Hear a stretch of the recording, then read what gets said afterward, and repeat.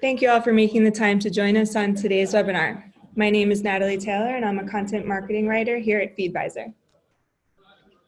I'm joined by our very own Brian Liebman, our VP of Sales and seasoned merchandising and e-commerce expert with a track record spanning from Amify, PBS, Purchasing Power, and Living Social. Before we get started, I want to remind everyone that we will be sending out a link to today's recording and there will be time for Q&A at the end of the presentation. So if you have questions throughout, we encourage you to enter them into the space provided and we'll do our best to get to all of them.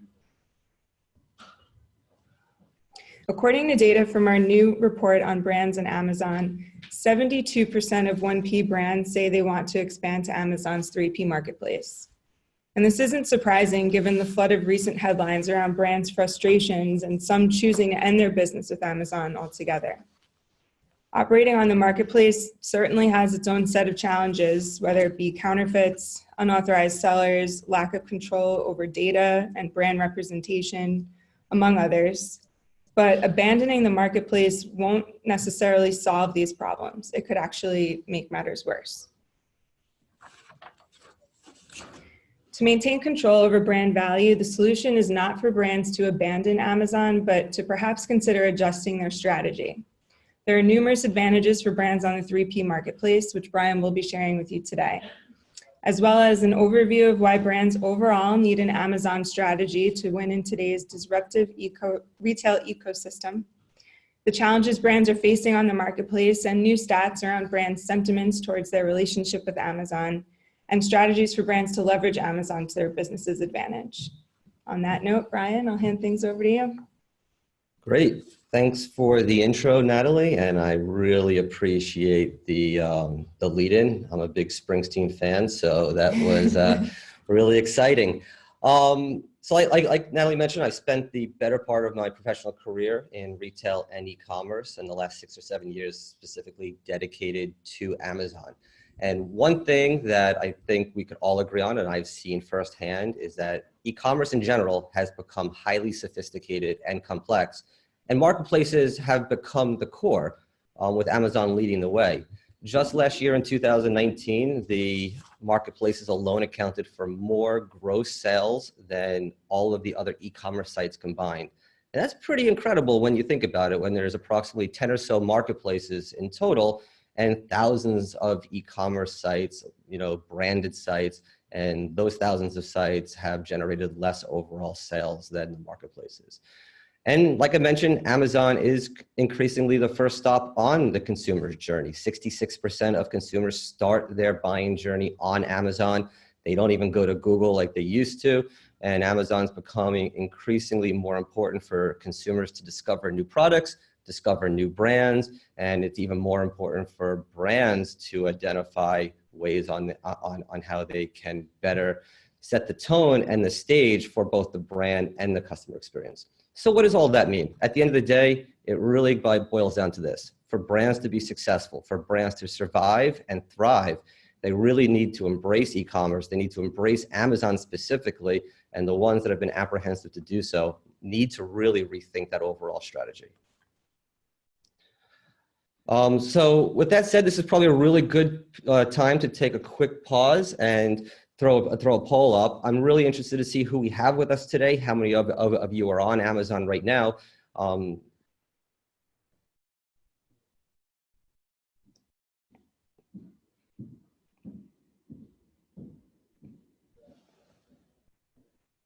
So why don't we take another 15 or so seconds to for all of you to conclude the poll, and we'll see where everybody stands, and we'll kind of go from there.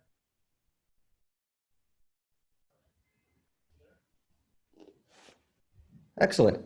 So it looks like the majority of all of us with today really are selling on Amazon. So I think what we're going to be talking about today is very appropriate. For those of you that are not, I think this is extremely important as well, because it'll provide you with insights into why Amazon and your strategy or your lack of strategy is potentially impacting you in the future. So we've kind of led in with e-commerce and Amazon specifically. And one of the things I'd like to talk about is, disruption and disruptors. And, the internet was a large disruptor, and Amazon is probably the largest disruptor that is impacting us. We could probably talk about the 5 largest disruptors of our generation, and no in particular order. We're probably talking about Netflix in the streaming and media content area, Uber and Lyft in rideshare, Airbnb in hospitality, and Amazon in retail and e-commerce. With Amazon generating more than $550 billion of overall GMV and growing at a rate of 20+% year over year, that's pretty incredible. And Amazon really has become sort of the center of the e-commerce ecosystem. And I would even argue the center of commerce ecosystem. You have your other marketplaces that are there. You have your individual e-commerce sites. You have specialty brick and mortar, and then you have your big box and department stores. But at the end of the day, none of those verticals are growing at the same rate as Amazon, and consumers are not embracing the same way they are Amazon. What I find most pressing and really interesting about this particular slide right here is that 55% of brands that we surveyed are currently selling on Amazon. So what does that mean? It means that nearly 50% of brands are not selling on Amazon. So Amazon's that large and that big, and yet there's that large of a brand portfolio that are not there. And we'll kind of go into some of those reasons momentarily, but the fact that 45% of brands are not there means there's a huge opportunity for them to reach their customer base, or there's an opportunity for those brands that are on Amazon to reach the customer base for those brands that are not there. All right, so let's kind of talk about some of the ones that don't want to be on Amazon. And there are a lot of strategic reasons for brands not to be there. Some of them have left Amazon. We've all read about Nike and their beta program 6 months ago that they terminated it. The same thing with IKEA. You've had other brands such as PopSockets who've decided to go off because of counterfeiting issues.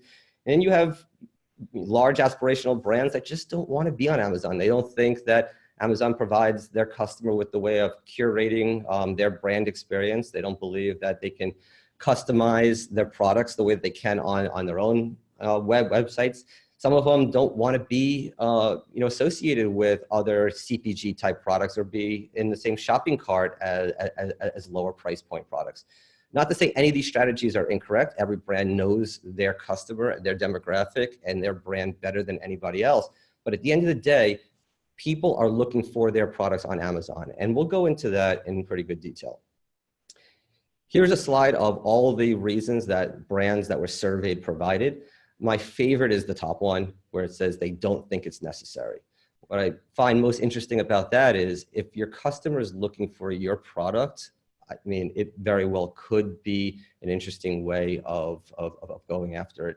And the second one I also find quite interesting as well is they prefer to drive traffic to their own store. The reason why I find that an interesting stat is it's because brands on average are generating a 17% conversion rate on their own brand stores. Brands on Amazon are generating close to 40% or more than double what they can on the brand store. And I get you have better access to analytics and data. You can understand and control the consumer and buying journey better on your own site.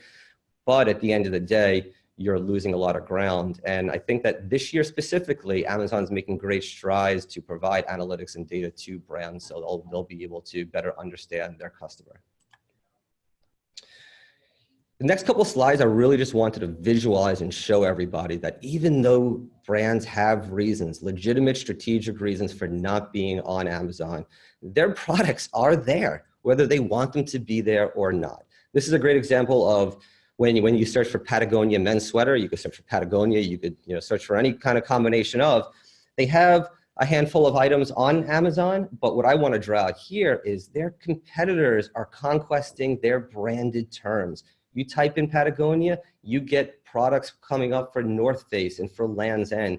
And what this essentially means is that North Face and Land's End and some other ones that are paying for those branded keywords are likely going to convert new customers, and they're taking advantage of Patagonia's strategy not to be on Amazon. This next slide is an example of Canada Goose. Canada Goose has been adamant that Amazon doesn't represent their brand well. And clearly from their descriptions, they're not. You have very poor images. None of them are lifestyle driven like you would on any one of their authorized retailer sites. Pricing is completely different. It's $850 likely mapped, and that's what it is on every site. Here is $723 or so dollars. You have poor descriptions, and overall, it's a bad buying experience for the person who's looking for a Canada Goose jacket. What I find most interesting is that you go on Amazon, and as of this morning, there's 286 Canada Goose ASINs. So it's not as if it's hard to find. It's not as if there's just a few items. Canada Goose likely is missing out on an opportunity to reach their customer, tell their branded story, and really have a better overall customer experience. Now, we would be remiss by not having Nike on here. They've been all over the trades and the media lately. This is just a great example of everybody selling Nike product except for Nike. You still have Amazon selling Nike product, even though they discontinued buying from them 6 or so months ago, which likely means they place large POs and who knows how long they stocked up for.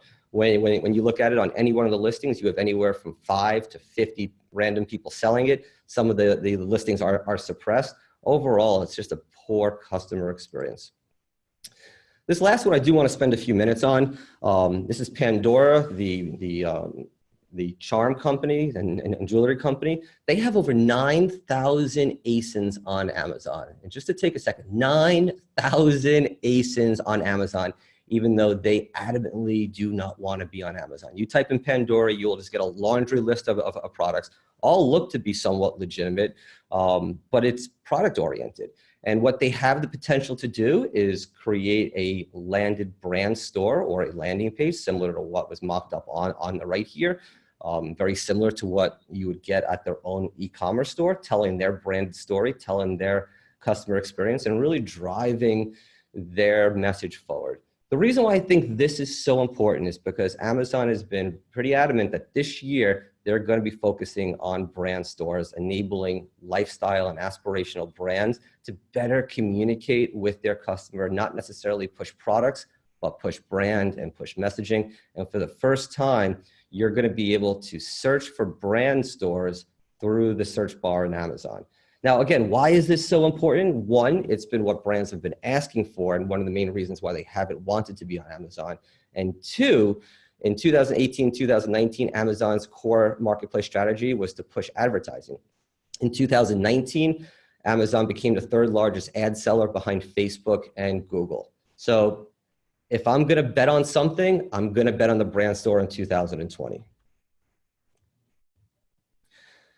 So let's just face it, Amazon's not going anywhere. It's continuing to grow. And here are some stats from our brand survey of why brands are motivated to sell on Amazon. I mean, that's where the consumers are. It's a great opportunity to find a new consumer. It's a great opportunity to fulfill demand for your current consumers. It's a great opportunity to conquest your competitors who are not there. The other one, which I think is really interesting, is access to Prime members. There's over 160 million Prime members in the United States. I believe it's 60% of our total population. That number is just staggering and growing. And quite frankly, it's really easy to shop on Amazon. You have one-click shopping, your credit card information is already in there, you get products delivered to you in two shipping days. Amazon just makes it really easy to convert relative to some of the conversion numbers I referenced earlier. And a lot of brands are now embracing that.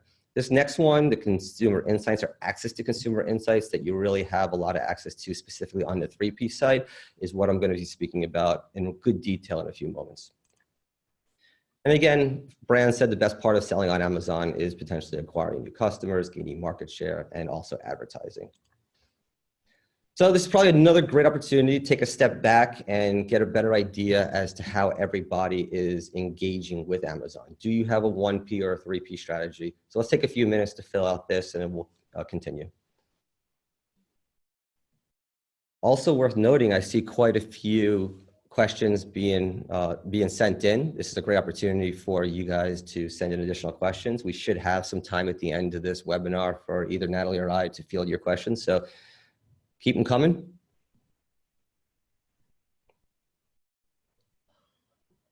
All right, let's give it a couple more seconds and we can show it. Perfect. So it looks like we have a really good mix of 1P and 3P sellers and quite a few hybrid. And I wasn't really expecting there to be as many hybrid, but I think that's really interesting. And we'll kind of dive into some of those, some of the reasons for that. Perfect. So let's just take a quick second to kind of go over the differences between 1P and 3P. 1P is when Amazon is acting as the retailer, the brand sells wholesale to Amazon. Amazon controls the brand and the customer experience. They identify what the price point that they're going to sell it at. Amazon determines what merchandising and what products are going to be offered. Amazon determines what levels of inventory they're going to buy. They control, they manage the supply chain, the fulfillment, and it's relatively easy for brands to work in that capacity. Now on the 3P side, this is where the brand acts and sells directly as the consumer, and they are the retailer. And in this scenario, the brand controls all aspects of the brand and the customer experience, including the price, including the merchandising assortment. You can go broad, you can go deep, you could be narrow. It really depends on what the brand strategy is. And in the 3P world, brands manage the inventory levels and they own the product. They also have the ability to sell either FBA or FBM.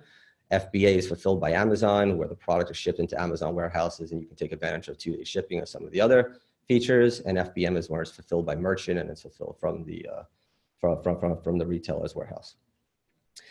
Now, there are benefits and there are detriments to both the 1P and the 3P strategies. For example, a lot of beauty brands and a lot of luxury fashion brands opt for 1P. You have access to specialty badges. You have access to additional merchandising capabilities that aren't available on the 3P side.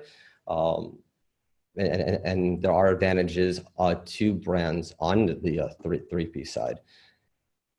Here's a great example of a few, and like I mentioned before, brands have increased control over pricing and inventory, and that is big, especially for some of those brands that are mapped. They could identify what they sell their price at. They could identify who's selling their product. They can enforce that. You have much more control over the brand experience, the customer experience through the brand registry.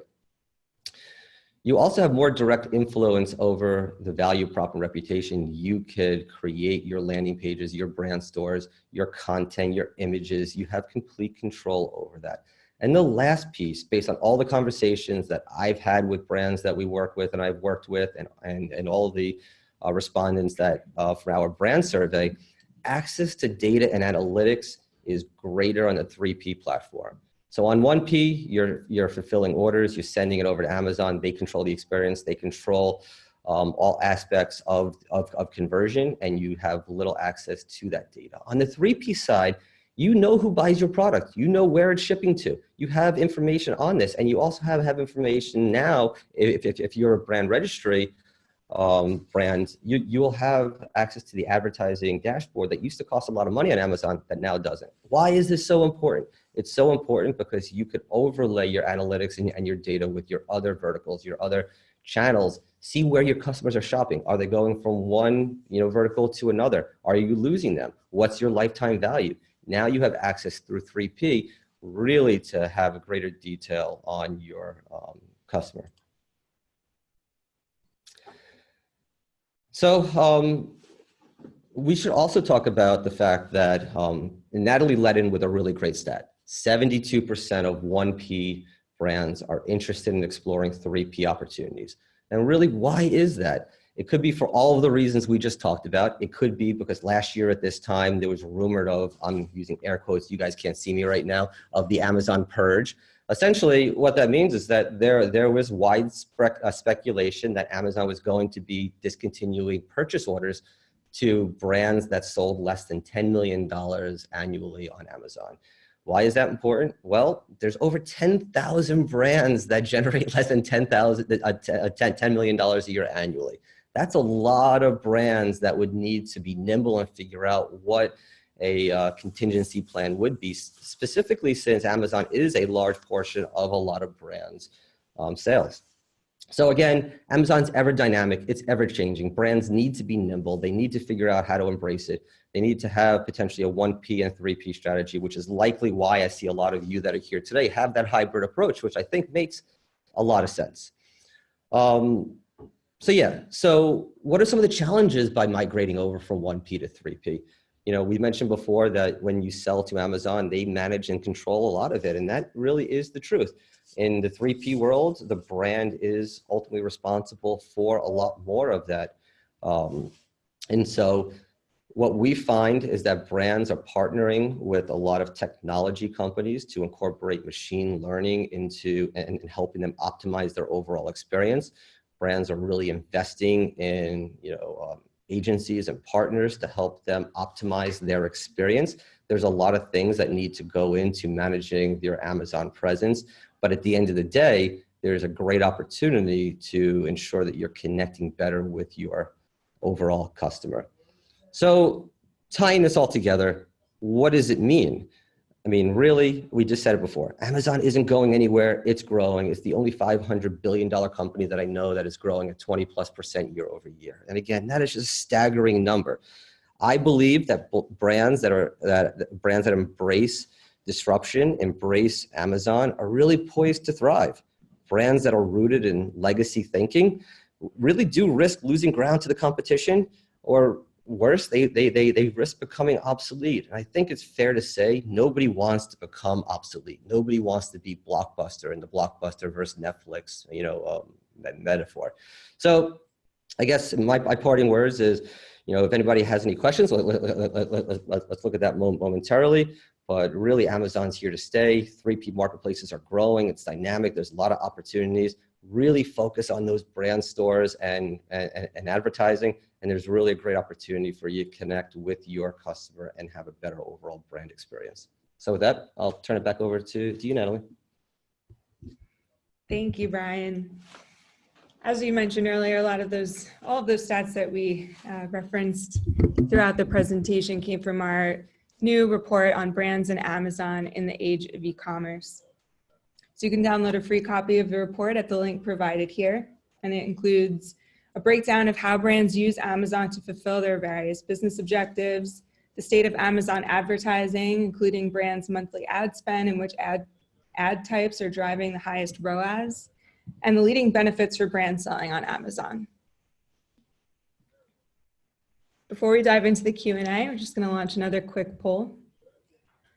If you're interested in learning more about Feedvisor and any of the ongoing initiatives we have here, please reach out with us.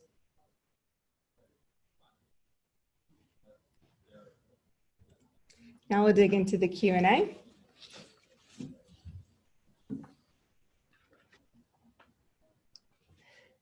Brian, the first question we have here, should brands focus on investing in the brand store when investing in their overall marketplace strategy? Yeah, great question. And I thought I sort of articulated that well in the presentation. But yes, if there's one thing that I would invest in is the brand store. Like I mentioned earlier, Amazon is going to be making it searchable. That is key. It means brands going to be able to not only put advertising behind one product like they are right now, but their entire brand store, which you could have a portfolio of products against. It's really going to drive engagement. It's going to drive a better customer experience. It's going to drive a better brand experience. And similar to what Amazon was successful in doing in the past year and a half with advertising, I truly believe that this is going to revolutionize the way brands interface and interact with their consumer. Next question. What level of data and analytics do you get access to in 3P? Yes, you get a lot more deep analytics than you would in the 1P side. For example, you have access to who's buying your product. You have access to where they're buying it, where the product is shipping to. You have access to customer demographics through the analytics dashboard. You could really take this information and, like I mentioned earlier, overlay it with the demographics and data that you get from your other verticals or your other agencies, and better put together, customer stories as to, what's going on. You could also create, customer profiles and like profiles, so you could target additional customers that are shopping on Amazon for those demographics. The access to data on the 3P side, while isn't as great as it is in other verticals, such as your own e-commerce site, is still significantly greater and better than it is on the 1P side.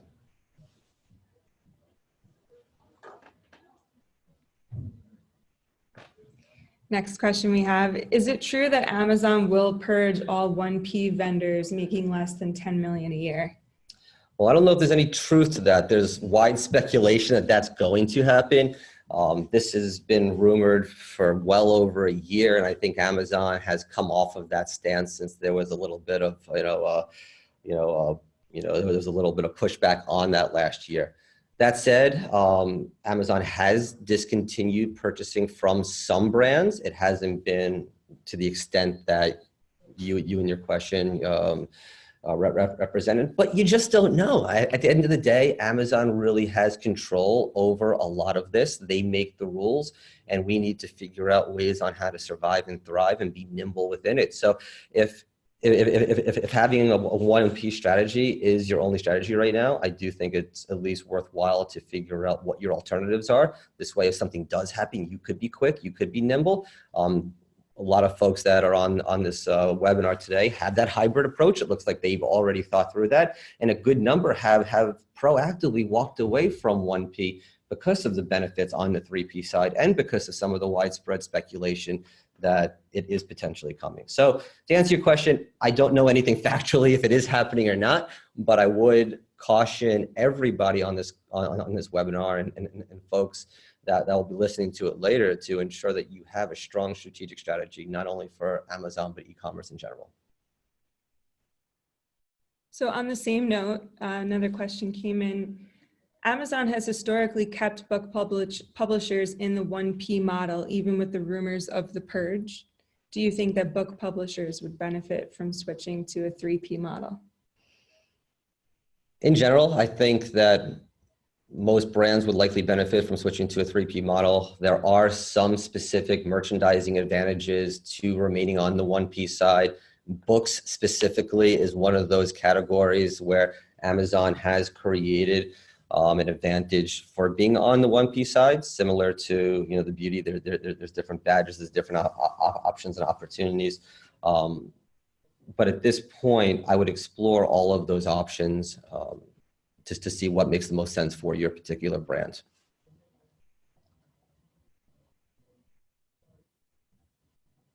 All right, we have time for one more question. How could a transitional period from 1P to 3P affect my sales? That is a great question. That's probably the number one question that I receive from brands who are looking to transition.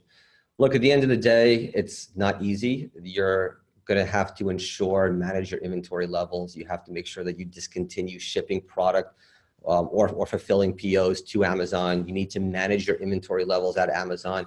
You need to set up your 3P store and ensure that you are sending product in to Amazon, so when they run out, you don't lose your sales rank and your current velocity. A lot of technical strategy needs to go into that transition. I've seen it done flawlessly by several brands, and I've seen others, not do it as well. So again, when looking to transition from 1P to 3P or having that hybrid approach, it's really important to look at all the details around that transition and put yourself in the best position to be successful. All right, thank you so much, Brian. That's about all the time we have today for Q&A. We really appreciate your time today, and it was great having you join us. Awesome, I'm glad to be here. And thank you to everyone listening in. We hope that you can join us on our next webinar, which is on March 11th at 2 p.m. Eastern, how to maximize profitability for your Amazon business through FBA. As a reminder, we will be sending out a link to today's recording shortly, and for anyone whose questions we did not have a chance to get to today, we'll be sure to follow up with you. With that, please feel free to reach out if you're interested in learning more. Thank you and enjoy the rest of your day.